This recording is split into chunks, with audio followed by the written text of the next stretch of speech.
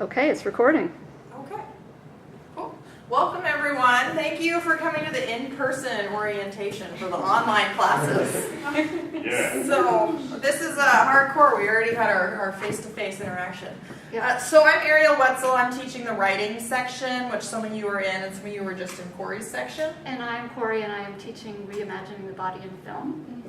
And we put up here on the board some tips that kind of go with both of the classes. So one of the purposes of this orientation is to get you in-person oriented so that we don't lose you in the way that students are often lost with online classes. There are a lot of online classes that, for example, you kind of check in when you want to and you sort of do them at your own pace. But this is not one of those classes. Neither of these are classes. We have a really short term. It's only 8 weeks long, and we're supposed to cram into it the same amount that we would do in a 15-week semester, thus 2 films a week. Yeah. And so it's really important. The most important thing is that you kind of know in advance how it works and that you are there from the beginning so that you don't get lost. You can go anywhere, right? You can be, because it's all fully online, you can go, Diane is going to be cruising around on a ship playing piano music. Fun. And you can do that. The key thing is that wherever you are, there you are, in the words of Buckaroo Banzai. Yeah. You want to keep coming back to the courses and the course sites regularly as if it were a class. The difference is that there isn't a time of day that you need to be there exactly. And then in Ariel's class, you're going to need to be online daily, but there isn't a specific time during the day that you need to be there. With my class, you'll need to be online about 3 times a week, sometimes possibly more. But again, there's not specific days that you have to be. There's not a specific day that you have to be right there at the same time as everybody else is, but there are deadlines that are particular days, and it's really important to meet those deadlines, especially for discussions, because if you don't get on and do your post, then if somebody else doesn't have a post to respond to, kinds of things. So we're there and we're together, but not simultaneously. Yeah, and so we'll come to your question in just a sec. So we taught these classes last summer for the first time anyone had had an online class at Cornish. And I think that was kind of a misconception about online classes. I don't know, how many of you have taken an online class before? And did you have to log in every day, or did you just could you do all the work on the last weekends? Okay, because this isn't, some of you are saying yes, some of you are saying no. So there's 2 different ways that people teach online classes. There is the type where you can do all the work in one weekend, but that doesn't really work for us because we're trying to fold the discussion aspect and, for me, the peer review aspect in. So you can't really do all your work the last weekend because you wouldn't have anyone to peer review with. So that's why with my class, I actually have deadlines. You can always do stuff early. So you're going camping, you're not going to have internet access. Do your work early, that's fine, turn it in early, but if you're not a early kind of person, if you do everything at the deadline, there are things that are due each day. So Yeah. Well, my quick That would be question, true that for- maybe the answer is, I was wondering if you had a specific time each day that we have to check in. or anytime. just something. Yeah, just sit, make a point, and you don't have to check in on the weekends either. So just every weekday, make a point of logging in at a time you choose. And we'll probably be all in different time zones this summer, so maybe you can log in the middle of the night and it's all good. Yeah, and it's important to set your, tips. Bookmark the course homepage. That'll make it easy for you to keep checking back in. Begin at the beginning, get online. So begin at the beginning has 3 pieces. Get on right away, week 1. Start with module 1. And then keep checking in every week I will send you a weekly announcement that says, welcome to week 2, and here's what we're doing this week. And so always check that announcement, even if you know I'm not going to have time to actually do these things for another couple days. Check in right away so that you know what the deadlines are that week. They'll usually be fairly regular with, like, post to the discussion watch the film by Wednesday and post your first thing to the discussion, and then by Friday respond to somebody else's post, kind of thing. So they'll usually be fairly regular in what the days are, but always check right at the beginning so that you know, so that you don't miss a thing. And then the amount of time that you need to visit the course is slightly different for our two courses. So for Ariel's course, which is a writing class, you want to visit daily because I like to break my writing down into small chunks. If you get assigned a big long paper, I know how students are. I was like this too. You sit down and you write the paper the night before it's due, maybe the hour before it's due. And it's probably not your best work, so I just break things down and have you do a little bit at a time. You know, turn in a topic proposal, turn in an outline, things like that, so that the pace is a little bit more manageable. And so that's why I ask you to check in and do something every day. I don't ask a lot to be done each day. It's, you know, maybe going to take you an hour, but that way you're kind of avoiding the, you know, cramming all night, just trying to get that paper finished. Yeah, so in my class, there's more off of the site work that you're doing. Like you'll be watching at least one, sometimes two films each week. So I don't need you to check into the class every day. You think about having a few hours of work, say 5 days a week for the class, but some of that's going to be watching a film that's 3 hours long, right? So you don't need to check in every day. Check in right at the beginning. What you'll usually see is the to-do will usually involve at least 2 other check-ins. One to post to the discussion, one to respond to other people's. And then sometimes there'll be a paper assignment or something like that due as well, which it will remind you about. Make your presence known. So this is one of the things that I discovered last summer as I was reading, is that I was spending a bunch of time reading what other people were writing, and then they would be responding to someone else in the discussion, and I did what I do in my classes when that happens, which is I just sort of stop and let people talk to each other because I'm really interested in what happens. But then I realized at some point when I went back and looked at the discussion, it was like, oh, where am I? The students don't necessarily even know that I'm reading. So I'll do a lot of sort of couple word responses so that you know that I'm there, even when I'm not giving long responses to things. But same thing with you. Check in when you make your presence known, so say something into the discussion. This also encourages other people to be there. Check your email daily. Again, with my class, not necessarily daily, but it's better to check it daily. Always check it Mondays. Subscribe to discussions. So when, and I'll show you the class in a minute, but do you have discussions in your class? Mm-hmm. Yeah, we use the discussion board. So when there's a discussion going on and you post to it, you want to know when people reply to something that you've posted. So you'll just click on subscribe, and then you'll get an email when other people reply to you, and you'll get to see. Yeah, that's not the default, but you It's can not turn it the on. default, right. So you have to turn it on if you want to get notifications when someone replies to you. And this is not a default either. So you want to go into your preferences or settings. This works differently for students than teachers. So That's on Canvas preferences? Mm-hmm. Yeah. So set your Canvas preferences to notify you when something is added to your account. So when you get a grade on one of your papers or something like that, if you set your settings, then you'll get a notification when I put something in there. Yeah, and that's why I ask students to check their Canvas and check their Cornish email every day, because you do look for those notifications, as well as if you disappear, I will email you.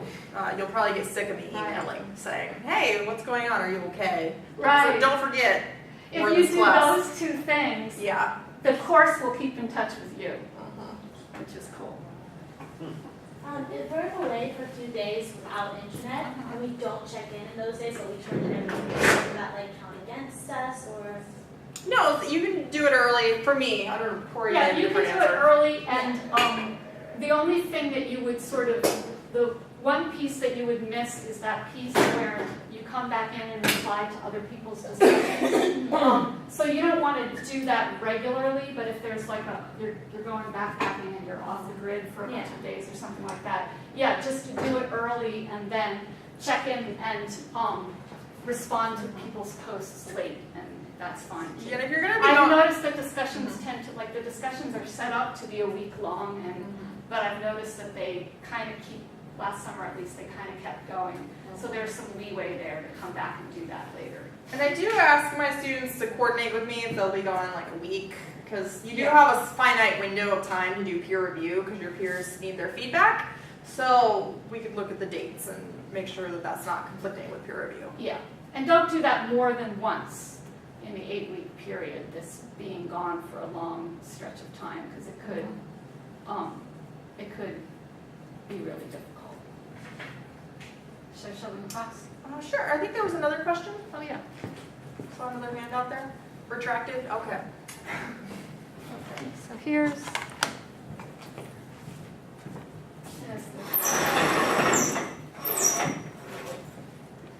more of a slideshow. It has nothing to do with the class. Okay.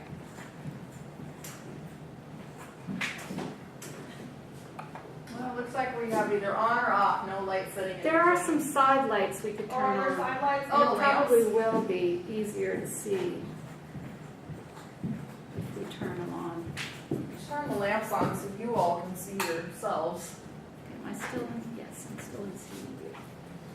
Okay, so this is the home page for Reimagining the Body in Film from last summer. And when you go to, this, your version is not published yet, but when you go, this is what it will look like. It's also the modules. So whether you click home or modules in this left part here, it'll take you here. This is what you want to follow, the course home. Not the syllabus, which you want to read the syllabus at the beginning, but that's going to have a lot of stuff about how you're graded and things like that. The schedule is actually here on the front page.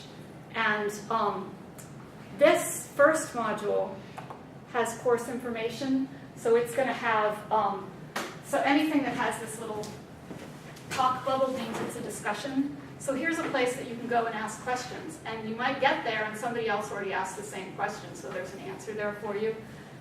This is where the film list will be, assignments and grading. That's another discussion where people were asking questions specifically about the syllabus. And then it has things like expectations around writing film responses and other course information. This weekly announcements is an archive. And if you go there, so I told you before that every week there'll be a weekly announcement saying what's going on that week. So these are some of the announcements. But as you can see, this is where a lot of the detail is. So each week you're going to get a weekly announcement. That's week 2. Oh, that's week 1. Just ignore that. Okay. I don't want to give my jokes away already. Okay. So this will be your week, where your weekly announcements are, as well as things like everybody said, oh, the link to Bamboozled isn't working, right? So here's a new link to Bamboozled. So going back to the home, here's what. So clearly you have to open these to see what's in there. Actually, let me open week 2. That's going to be a more typical week. So there's week 2's module. And you can see there's a thing that says do, view, and to do this week. There's the film discussion for the film that's that week. There's an assignment that's related to film from the previous week. And there's things saying thinking ahead. So this is like your what's happening now this week, what's coming up that you should be sort of preparing for, and the 2 discussions. So you can always link to these, your weekly module is your go-to place. Keep track of which one you're on, and that way you can just sort of go from one to the next. This is also where to go if you want to do, if you're going to be away and you want to do something in advance. Just open up the next week and look at its to-do. So I'll always get those set up sometime in advance. Was there a question? And then I'll also show you a discussion. I have a question. Yeah. If I were in your class, I would be curious where to find the films, since we're not watching them in class together. Yes. If you're getting to that, we can save it. No, I'll talk about that in a minute. So here's a film, a kind of a typical film discussion, and it tells you how discussions are. So basically, the bulk of the work that you'll do in this class is watching films and talking about films online. There's going to be films to watch every week. There's going to be discussions going on. So in a fully online class like this one, a lot of the time in a regular class, these discussions are just sort of side things, like, oh, you can talk more about what we read this week online kind of thing. But in this class, these discussions are the class. This is like where you show up and where you talk about the films, show me that you're reading the films, say the interesting things that other people will respond to about the films. So these discussions are really the center of the class. And I have created, so you can, I create threads with discussion questions. And then this is most responses are not as detailed and long as that one. Although, look, some of them were. And then some of them are shorter, right? But you can see this is the kinds of expectations that are going on here are much more than, they're not necessarily all going to be that long, but just the expectations are much more than just getting on and saying, ooh, I really like the film, or boy, Kevin Spacey is a great actor, or something like that. You're really coming on and you're talking about substantial things relative to it. These discussions are graded. You're graded on ideas, not in writing. So don't worry too much about, in an online discussion, don't worry too much about the quality of your writing, or you're not looking for thesis-driven writing or anything like that. You're really bouncing ideas back and forth with one another. There are a couple of papers, and on those you'll think about the quality of your writing. And then, where to find the film. So let me go back. So one of the things that I highly recommend is that you go looking for these films. I know I said this is not the definitive list, but within the next 2 weeks, I will send you the definitive list of what films that we're going to watch. And I want you to go looking and see, make sure that you have access to those films right at the beginning, so it's not the last minute and you're looking. The films that I used last summer, and I'm going to use mostly the same films. Almost all of the feature films are available on Netflix, so this might be a good time to subscribe to Netflix or do your free trial Netflix, and then you will get them. And then in many cases, for example, this film. This is such a good film. So this is Sexy Baby, and what you'll see is, so this is a documentary. In this one, it's not on Netflix, but you can get it available now from iTunes or Amazon and more. So you can, some of the films that aren't on Netflix are ones that you can stream for like $1 or $2 or something like that. So is that just like you have to buy a book when you take a class, you have to pay to rent the movie? Exactly. Okay. Pay for your Netflix subscription. Or you can get together and share a password and share a Netflix account.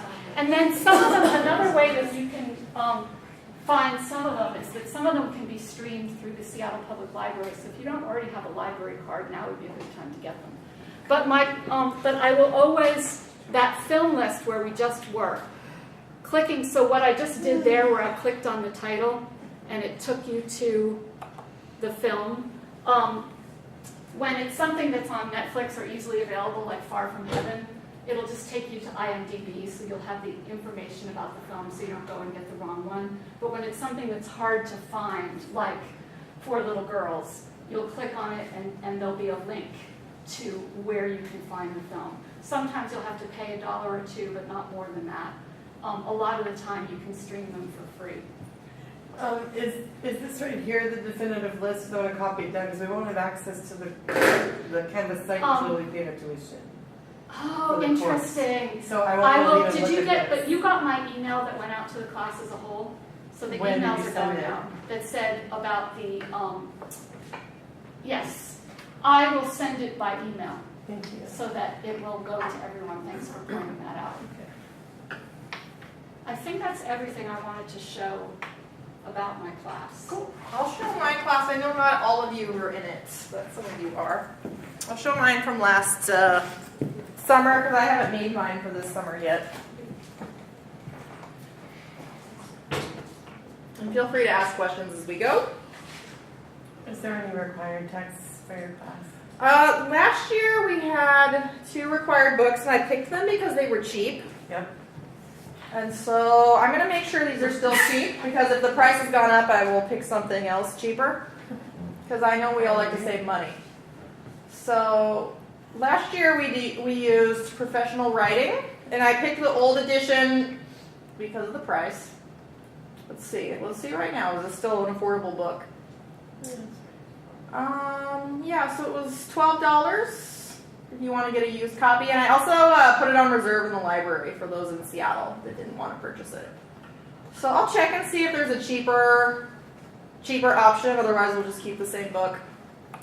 And then the other book we used From Inquiry to Academic Writing. Since we're looking at professional writing for half the class and academic for the other half. Yeah, so this looks like it's about $15. Oh, 1 cent. Everyone loves 1 cent books. You just have to pay the shipping. So we'll probably keep that one because that's cheap. So no need to change that. And I'll look at the professional writing and see if that's still the cheapest option or if there's something else affordable.